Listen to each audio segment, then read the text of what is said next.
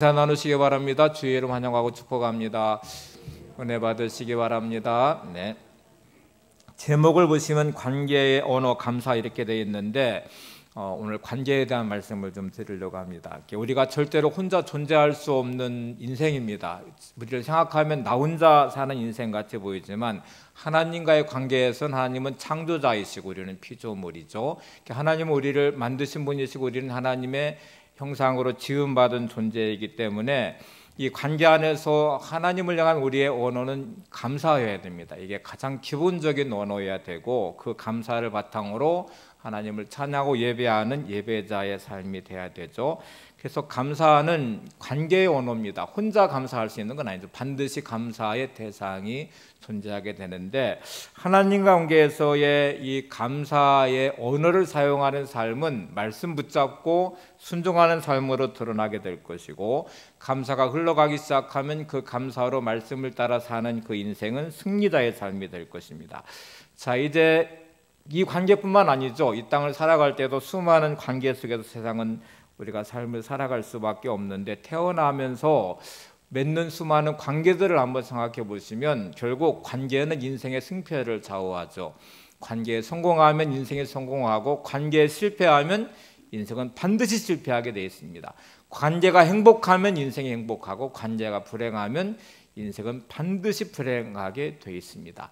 나 혼자 행복과 불행을 결정할 수 없다는 것도 알 수 있어요. 관계가 결국 행복과 불행도 결정하게 된다는 것도 알게 되고, 관계가 결국 성공과 실패도 결정하게 된다는 것도 알게 되죠. 자, 오늘 수많은 관계를 우리가 말할 수 있지만 오늘 어버이 주일이어서 부모와 자녀와의 관계를 일단 한번 생각을 해볼게요.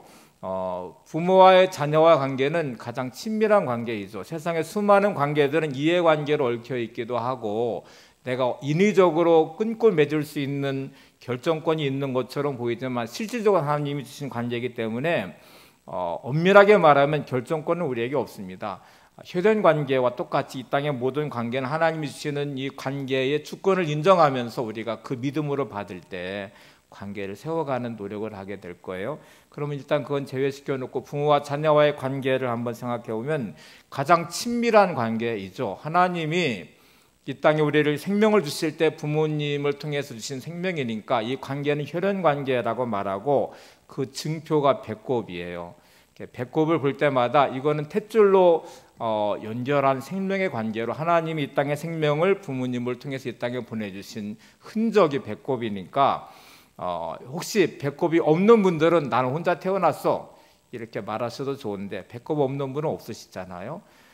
나는 고아예요. 그래서 부모가 없어요. 이렇게 말하지만 태어날 때는 부모가 반드시 있죠.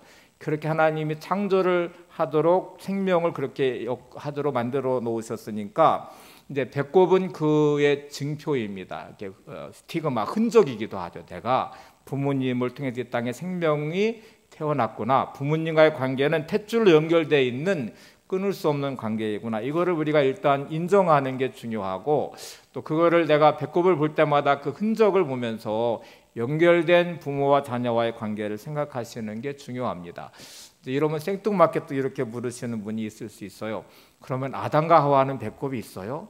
아담과 하와는 직접 하나님이 형상으로 창조하시고 빚으셔서 만드셨으니까 일단 아담과 하와는 부모님이 없죠. 부모님이 없으니까 제가 추론해 보겠는데 아담과 하와는 배꼽이 없을 것 같아요. 왜냐하면 배꼽의 흔적은 반드시 부모와 자녀와의 이 관계, 탯줄로 연결된 생명이 태어나게 하는 그 모습으로 만들어 놓으신 게 배꼽이니까, 그 흔적이니까 아담과 하와에게는 배꼽이 없을 것 같아요. 혹시 이럴 수는 있습니다. 하나님이 미용 차원에서 손가락을 꾹 눌러가지고 배꼽의 흔적을 만들어 놓으실 수 있는데, 그건 하나님께 가서 한번 확인해 보시고 물어보시면 될 것 같아요. 그 헛된 질문 하지 마시고 그냥 아담과 하와는 배꼽의 기능은 부모와 연결된 흔적의 관계인데요. 자, 이제 여기서부터가 중요해요. 이 관계 안에서 어떨까? 부모가 자녀를 사랑하는 거는 본능이에요. 하나님 말씀하지 생육하고 번성하라는 말씀이 이루어지려면 본능적으로, 본성적으로 부모는 자녀를 사랑해야 됩니다. 사랑해야 정말 불완전하고 진짜 아무것도 할 수 없는 무능력한 100% 부모의 돌봄과 사랑해야만 생명이 존재할 수 있는 자녀를 양육할 수가 있습니다. 그래서 이거는 본능으로 자연적으로 사랑하게 돼 있어요. 그런데 자녀가 부모를 공경하고 사랑하는 거는 이거는 힘든 부분입니다. 본능적으로 안 돼요. 물이 위에서 아래로 흐르는 것처럼 내리사랑이라고요. 이거는 본능적으로 되지 않아요. 그래서 10계명 안에 하나님은 부모가 자녀를 사랑하는 계명을 넣을 필요가 없어요. 넣지 않아도 자연적으로 사랑하니까. 그런데 자녀가 부모를 공경하고 사랑하는 것은 본능적으로 안 되니까, 물이 거슬러 올라가듯 해야만 되니까 이거를 첫 번째 계명, 인간을 향한 첫 번째 계명으로 넣어놓고 거기다가 약속까지 붙여서 복을 거기다 담아 놓으신 거예요. 내가 안 되니까, 본능적으로 안 되니까, 내 의지적으로 해야 되니까. 그래서 약속을 담아서 하나님의 복을 거기에다가 약속 있는 첫 계명으로 넣어 놓으신 것이거든요. 그래서 한 부모가 5자녀를 키우는 거는 본능적으로 됩니다.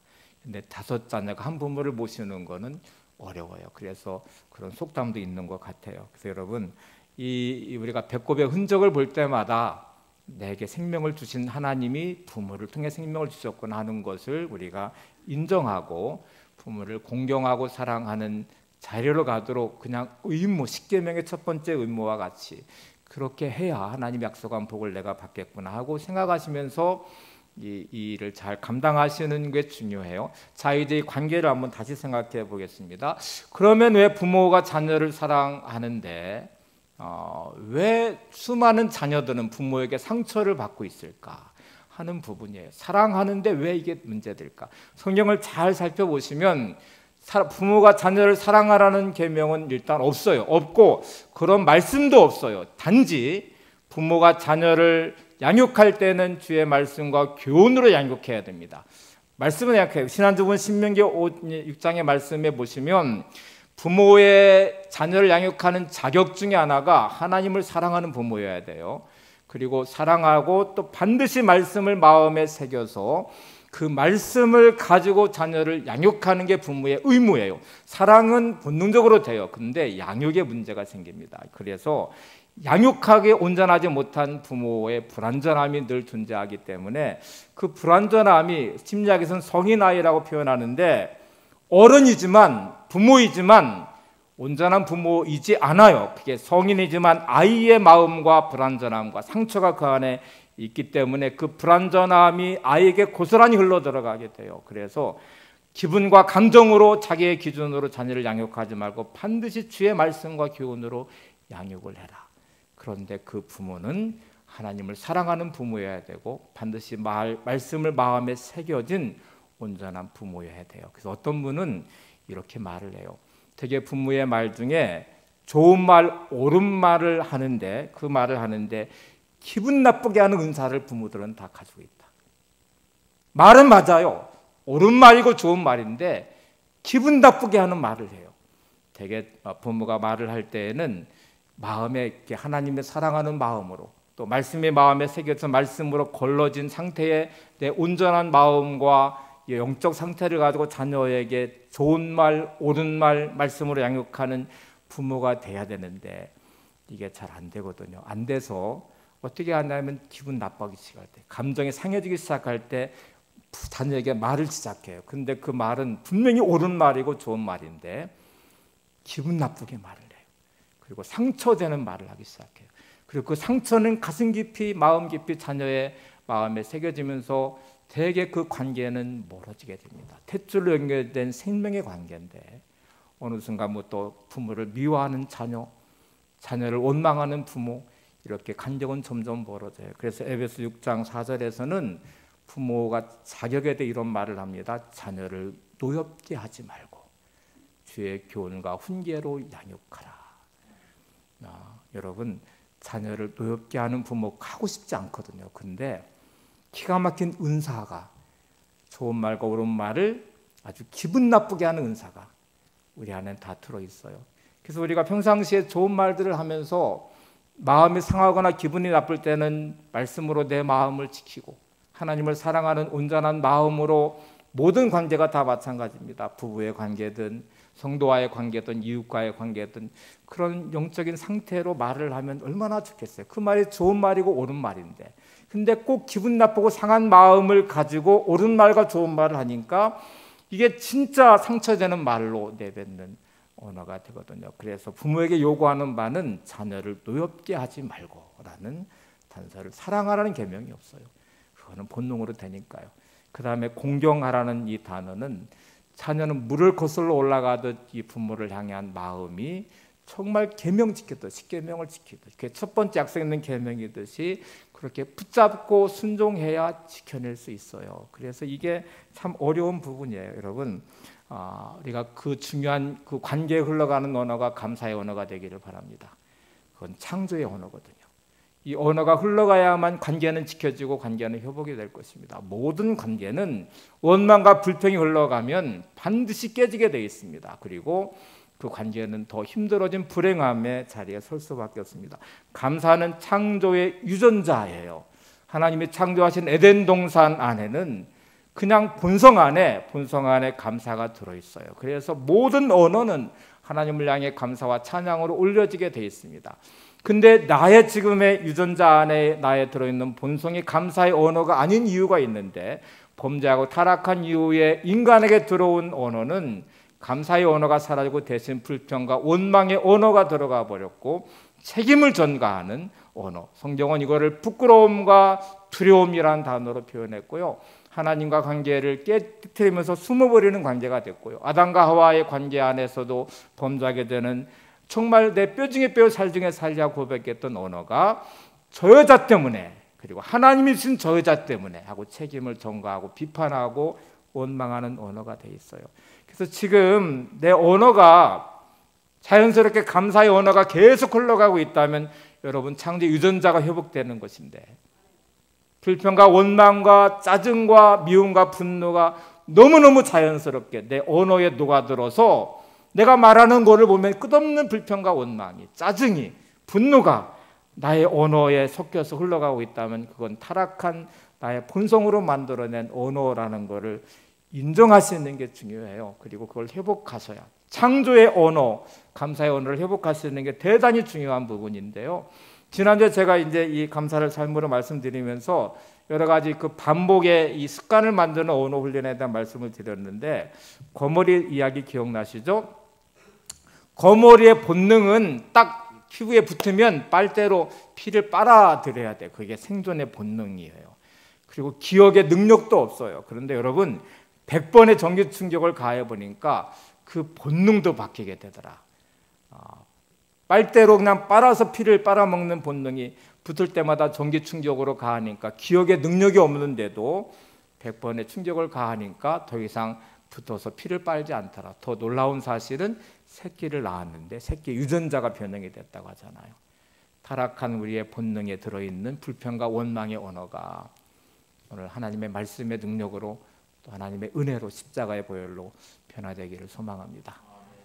감사의 유전자를 가지시기 바랍니다. 이게 창조의 언어이고요. 그리고 더 놀라운 사실은 그 감사의 언어가 회복될 때 인생은 비로소 형통의 길로 갈 수 있습니다.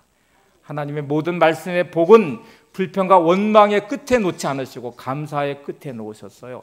창조 유전자를 회복하셔야 하나님이 주시는 형통한 가정이 될 것이고, 형통한 부모가 될 것이고, 형통한 자녀가 될 것이고, 형통한 가정이 될 것입니다.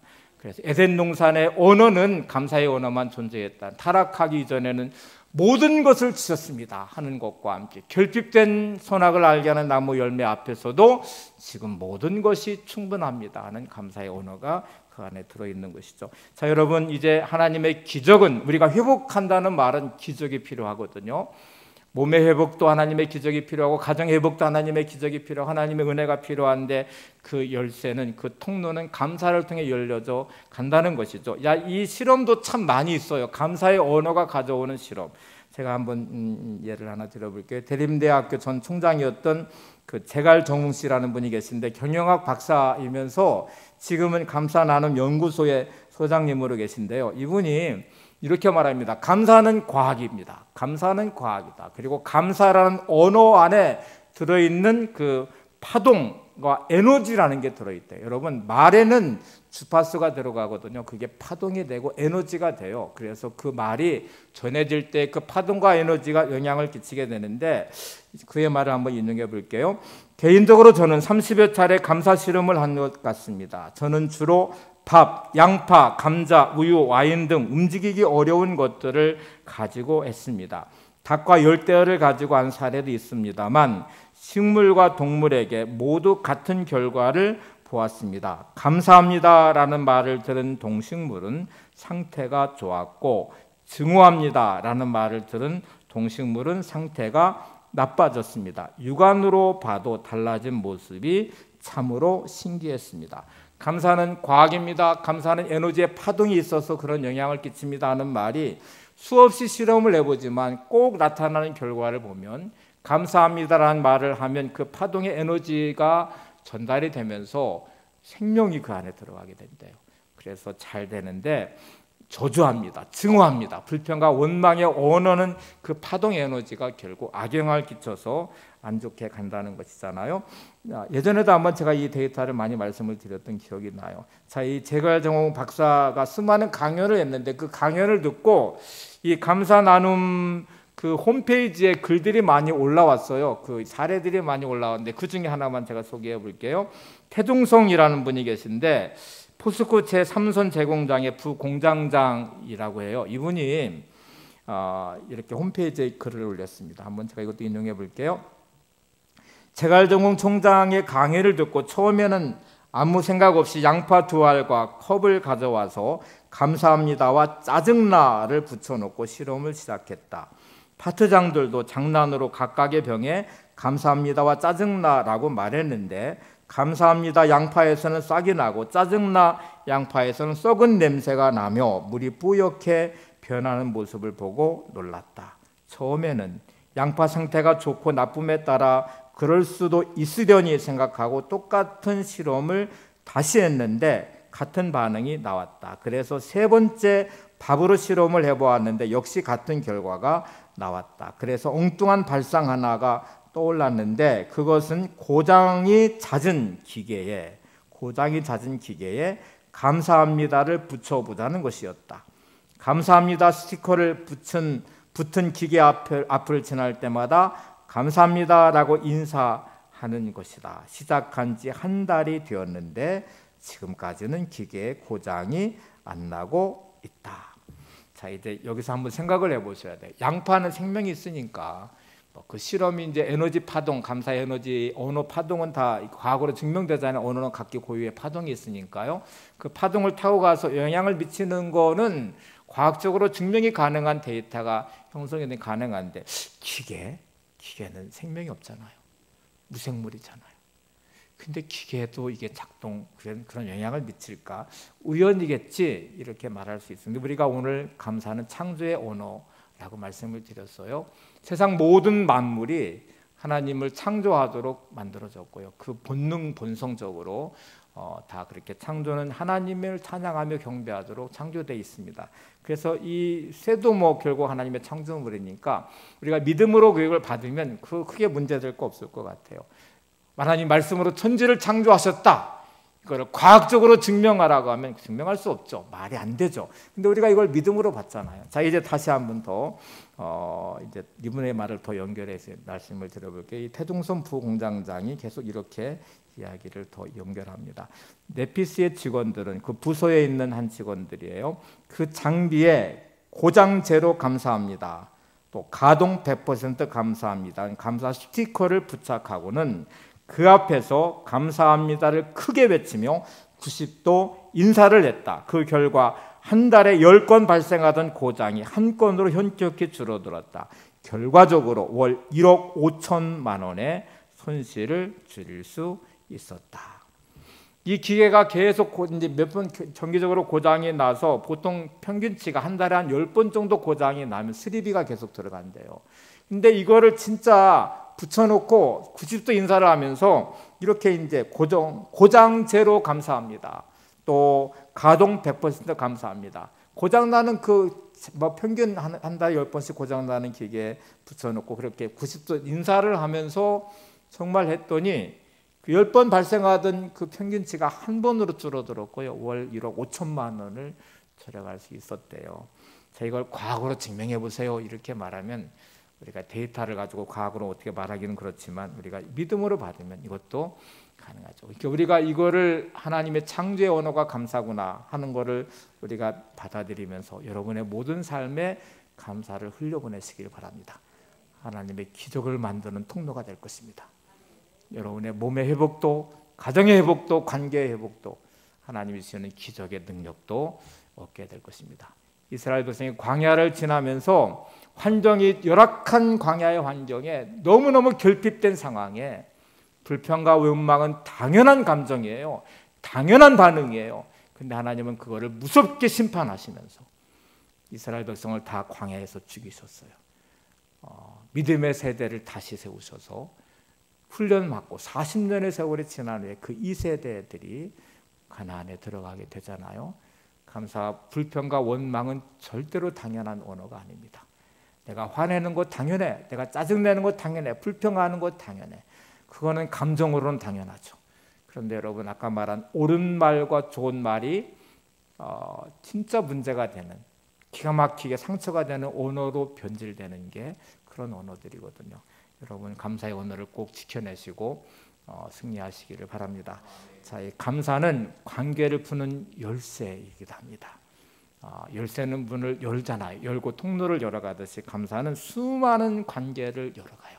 자, 여러분 관계는 놀랍게도 닫히기도 하고 열리기도 하는데 어떤 사람은 불평과 원망을 입에 달아요. 그래서 늘 언어를 가만히, 본인은 잘 몰라요. 근데 이게 좀 무서운 부분이에요. 거울을 봐야 자기의 모습을 보듯이 자기의 언어가 어떤지는 잘 몰라요. 모르니까 그게 습관이 됐기 때문에 모르는 거예요. 근데 한번 여러분 진짜 나의 언어를 객관적으로 검사를 한번 해보세요. 여러분 건강검진하고 다 몸을 검사해보면 내 몸인데도 내가 잘 모르잖아요. 뭔데 내 몸의 상태를 건강검진을 보고서 이런 데 문제가 있네 하고 그때서야 찾아서 치료를 하듯이 여러분의 언어도 한번 정밀검사 하듯이 해보세요. 해보면 내가 감사를 많이 쓰는 사람인지, 내 삶에 끝없이 감사가 흘러가게 하는 것인지, 아니면 말끝마다 불평과 짜증과 분노와 원망의 언어가 내 입술의 언어를 통해 흘러가고 있는지를 한번 보시면 여러분 관계가, 불평과 원망과 짜증을 내는데 나는 관계가 기가 막히게 회복이 됐어. 나는 불평과 짜증을 내는데 막 내 인생은 너무너무 행복해. 그 말을 들은 저 사람도 진짜 행복해. 그런 경우를 보셨습니까? 모든 관계는 단절되기 시작할 것입니다. 어느 순간부터 자신이 섬처럼 고립되어 있다는 걸 알게 될 것입니다. 자기가 만들었어요. 자기의 짜증내는 언어가, 불평하는 언어가, 습관처럼 내뱉은 언어가 어느 순간부터 자기를 고립된 섬으로 만들어버렸어요. 감사의 언어는 기가 막히게 회복을 시킵니다. 관계를 풀어내기 시작해요. 닫혔던 문을 열어내요. 하나님과의 관계도 회복시키고 사람과의 관계도 회복시켜요. 여러분 열쇠라는 단어가 마음에 담으시고 이제 관점을 한번 생각해 보실래요? 똑같은 상황에 똑같은 관계에 내가 달라진 이 언어 하나가 만들어지는 이 관계 회복과 단절을 한번 생각해 보시고 제가 글을 하나 읽었어요. 리처드 세넷이라는 분, 사회학자인데 투게더라는 책에서 관광객과 여행객의 차이를 이렇게 설명했습니다. 여러분 관광객과 여행객의 차이를 아십니까? 똑같은 곳을 보고 있는데 관광객과 여행은 이런 차이가 있대요. 한번 보세요. 관광객은 여행을 가서 눈으로만 보고 오는데 겉만 본다. 이처럼 관광객이 보는 것은 일방적이다. 하지만 여행객은 관광객과 다르다. 여행객은 낯선 지역의 사람과 대화를 나누며 서로의 생각을 나눈다. 소통이 이루어지며 소통을 통해 상호 간 차이와 간격을 메워나간다. 진정한 여행의 의미를 경험한다. 조금 제가 덧붙여 볼게요. 되게 우리는 다른 지역을 이렇게 여행을 할 때 되게 관광객에 머뭅니다. 해외여행하시면서 여러분 혹시 경험해 보시면 그냥 내 시선으로 보는 거죠. 이거 너무 다르네. 우리 문화와 달라. 저 사람도 참 이상해. 왜 저렇게 행동하고 저렇게 말하고 저렇게 살아가지? 내 기준으로 보면서 그냥 내 기준으로 평가하고 판단하고 좋다 나쁘다 뭐 이렇게 이제 내 기준으로 보는 사람들은 관광객이에요. 여행객은 소통을 합니다. 그 지역에 가면 그 지역의 문화를 이해해 보려고 하고 그 사람들과 대화를 나누면서 왜 다른지, 어떻게 다른지, 왜 이런 문화가 형성됐는지, 왜 이런 모습인지를 알아가기 시작하는 소통이 되는 것이 여행객이래요. 여러분, 어느 지역을 방문하든지 관광객보다는 여행객이 되는 게 중요하죠. 제가 이 글을 딱 읽으면서 인생의 관광객이 있고 인생의 여행객이 있구나. 어떤 사람은 평생 인생의 관광객으로 살아가요. 끝없이 내 기준으로만 판단해요. 그 사람을 이해해 보려고 하지 않아요. 그 사람과 대화하고 그 사람의 마음을 알아보려고 하고 왜 그런 것인지, 왜 그렇게 행동하는지, 왜 그렇게 사는지 이해하면서 그러면서 관계를 더 돈독하게 세워가려고 하죠. 끝없이 자기 기준으로 판단하니까 화가 나면 화를 내고 짜증나면 불평하고 그래서 부부의 관계든 부모 자녀의 관계든 끝없이 상처로 얼룩지면서 깊은 골이 만들어지는 인생의 관광객이 되는 경우가 많아요. 여러분 인생의 여행객이 되시기를 바랍니다. 깊이 이해해 보려고 하고 깊이 알아가 보려고 하고 그러면서 그 관계가 더욱 돈독해지는 관계로 가는데 이 중요한 언어는 감사의 언어예요. 감사로 시작하셔야 회복의 길을 찾아갈 수 있습니다. 자, 열쇠라는 말씀을 아까 드렸는데 성경에는 예수 믿으신 열쇠를 가진 한 사람이 등장하죠. 베드로. 하나님 예수님이 천국 열쇠를 주셨어요. 그 열쇠는 신앙 고백 위에 줬거든요. 예수 그리스도는 살아계신 하나님의 아들임에 그리스도임을 고백할 때 천국 열쇠를 주시면서 이제 이 말씀을 잘 들여다보셔야 돼. 이런 말씀 열쇠를 주셨는데 이 천국 열쇠는 이렇게 말씀을 하십니다.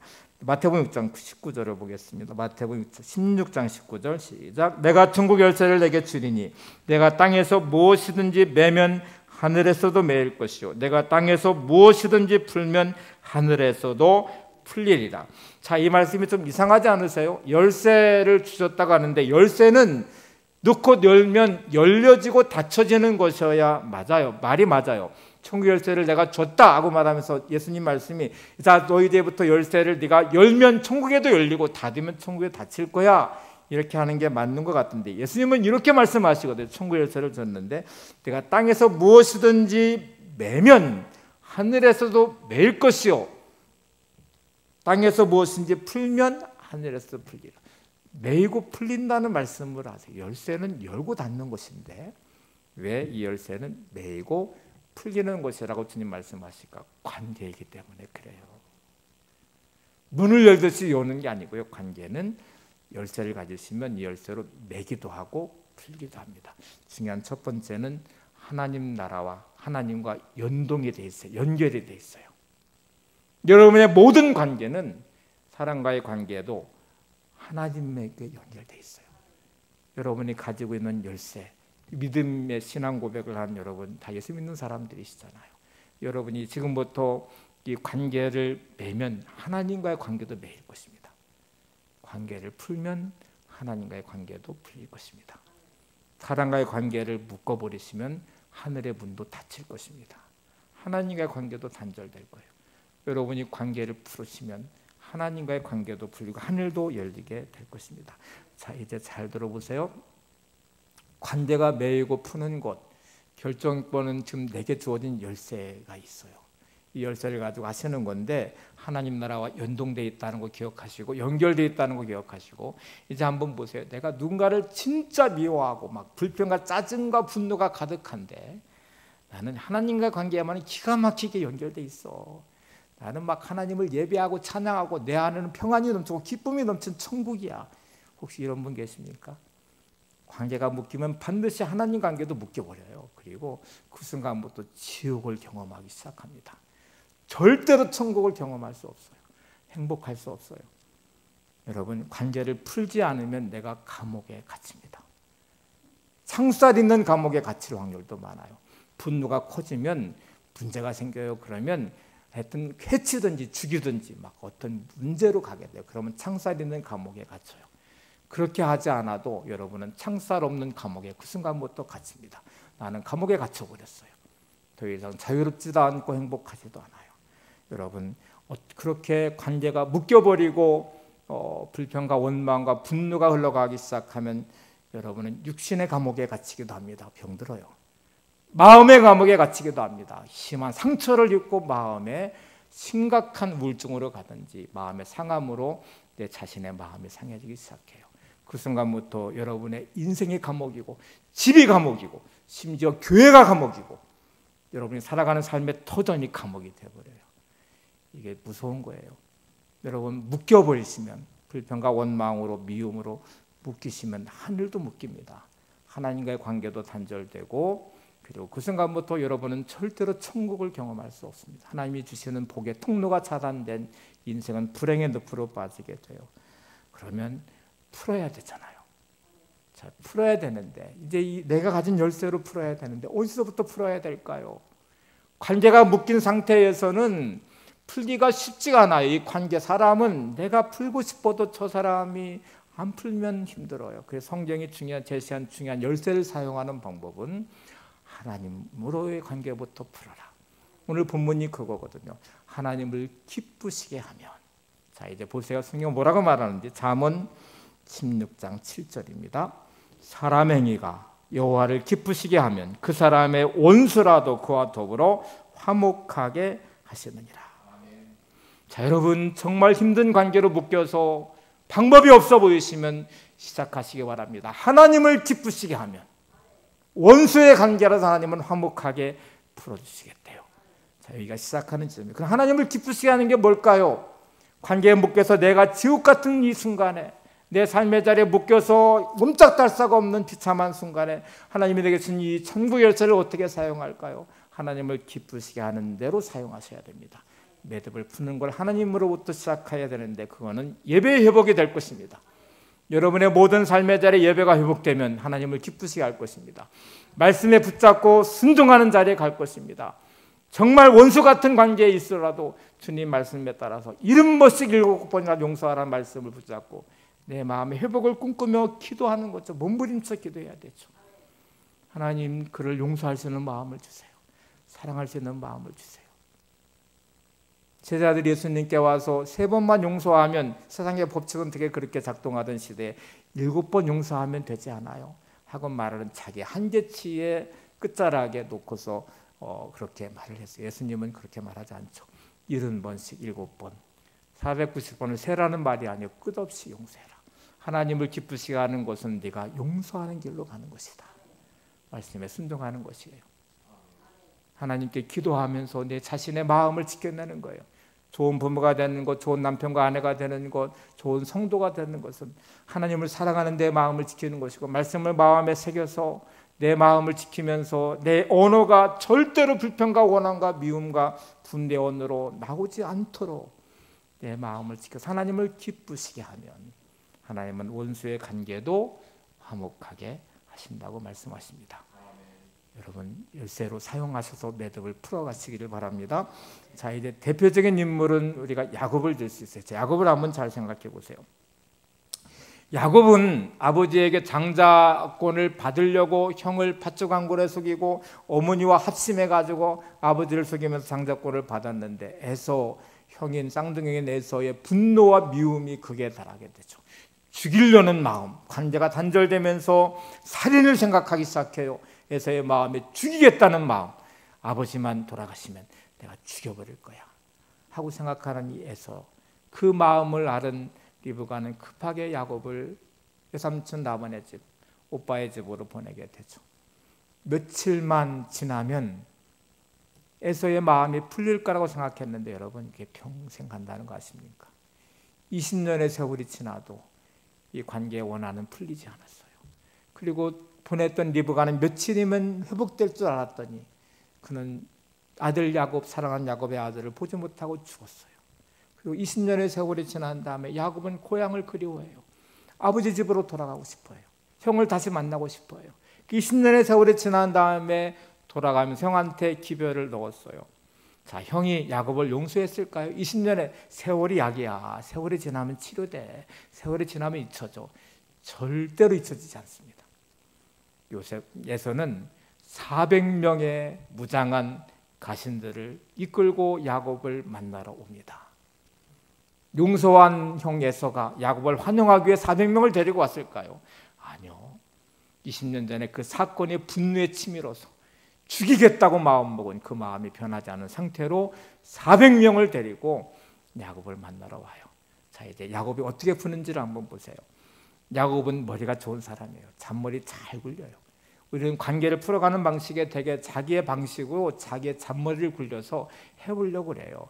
근데 야곱이 취한 방식은 소도 보내고 낙타도 보내고 양도 보내고 그것도 막 나눠가지고 계속 보내면 형의 마음이 누그러지지 않을까, 나를 용서하지 않을까. 여러분, 에서의 흉내를 멈췄습니까? 멈춰지지 않아요. 이제 밤만 새면 만나야 되는데 에서는 여전히 그 행렬을 멈추지 않고 400명의 무장한 가신들을 데리고 오고 있으니 야곱은 할 수 없이 그 마지막 밤에 두 때로 나눕니다. 라헬과 레아의 자녀들, 그 종들의 자녀들과 재산을 두 때로 나누고 한쪽을 치면 한쪽은 도망가서 좀 살아라. 이렇게 나누어 놓고 야곱은 그 밤에 약복강에서 하나님께 기도를 시작합니다. 자, 이제 하나님을 대면했어요. 여기가 중요한 시작점이에요. 여러분, 하나님을 기쁘시게 하는 자리가 어딘지를 생각해 보세요. 자, 성경을 보겠습니다. 창세기 32장 11절에 보시면 야곱이 약복강에서 이렇게 하나님을 대면하며 기도합니다. 내가 주께 간구하오니 내 영의 손에서 에서의 손에서 나를 건져내시옵소서. 내가 그를 두려워함은 그가 와서 나와 내 처자를 칠까 겁이 나기 때문입니다. 자, 여러분, 지금 야곱은 하나님 앞에 섰어요. 하나님과의 관계가 먼저 풀어져야만 돼요.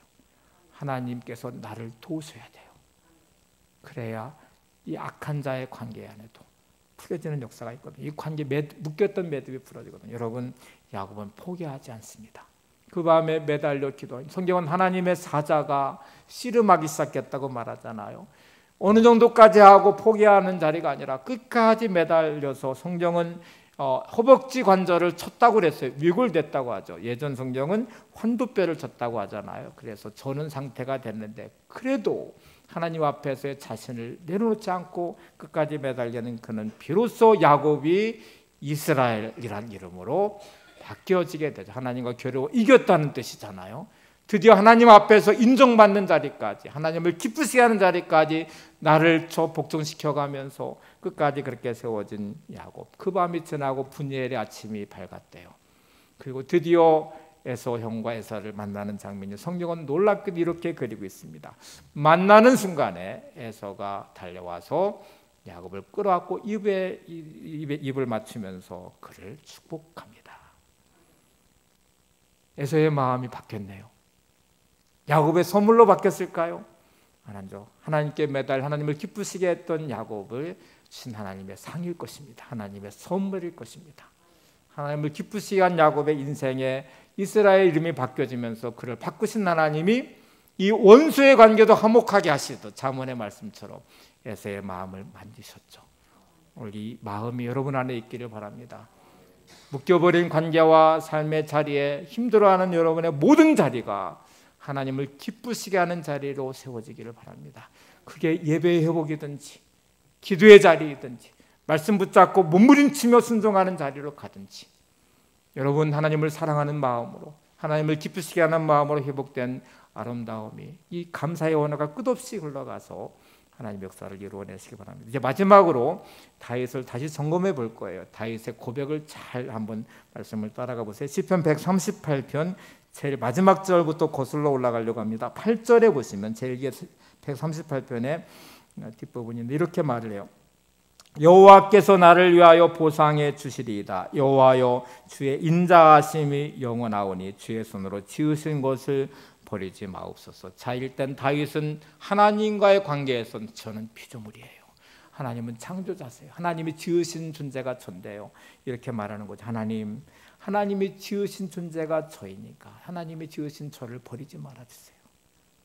하나님께서 지으셨으니까 저를 책임져 주세요. 저를 위해서 보상해 주세요. 이렇게 말하고 고백하면서 이렇게 기도를 합니다. 주의 인자하심이 영원하오니 이렇게 고백을 했어요. 자, 다윗이 지금 당한 이 상황이 얼마나 비참한지 그에 처한 상황을 바로 위에 7절에 이렇게 고백을 합니다. 내가 환난 중에 다닐지라도 주께서 나를 살아나게 하시고 주의 손을 펴사 내 원수들의 분노를 막으시며 주의 오른손이 나를 구원하시리다. 자, 이제 다시 상황을 잘 보세요. 원수라는 존재가 일단 존재하네요. 자만 말씀처럼 원수의 관계도 화목하게 하신다고 지금 말씀했는데, 다윗은 이 원수와의 관계 안에서 하나님이 이거를 풀어주시기를, 버려두지 마시기를 이렇게 말합니다. 그리고 환난 중에 다닐지라도, 얼마나 큰 환난이 그에게 있는지 주께서 나를 살아나게 하시고 주의 손을 펴사 내 원수들의 분노를 막아주시고 주의 오른손으로 나를 구원하시리이다, 이렇게 고백을 해요. 여러분, 지금 다윗은, 우리가 언뜻 떠오르는 것은 사울 왕과의 관계 안에서 다윗은 도망자가 되어 있습니다. 사울과의 관계가 원수와의 관계인데 다윗은 풀을 수 있는 능력이 일단 없어요. 자기가 할 수 있는 방법도 하나도 없어요. 어떻게 해볼 수가 없어요. 사울 왕의 마음을 바꿀 능력도 없고 그냥 처한 자기의 상황은 끝없이 도망가야만 되고 비참한 자신의 이 처해진 환난이라는 환경, 광야의 도망자의 환경 안에서 아마 우리가 이렇게 너무너무 억울해, 내가 너무너무 힘든 환난과 고난의 광야를 내가 지나고 있어. 그럴 때 여러분은 어떤 마음을 가지십니까? 원망하는 마음이 있으신가요? 불평하는 마음이 있으신가요?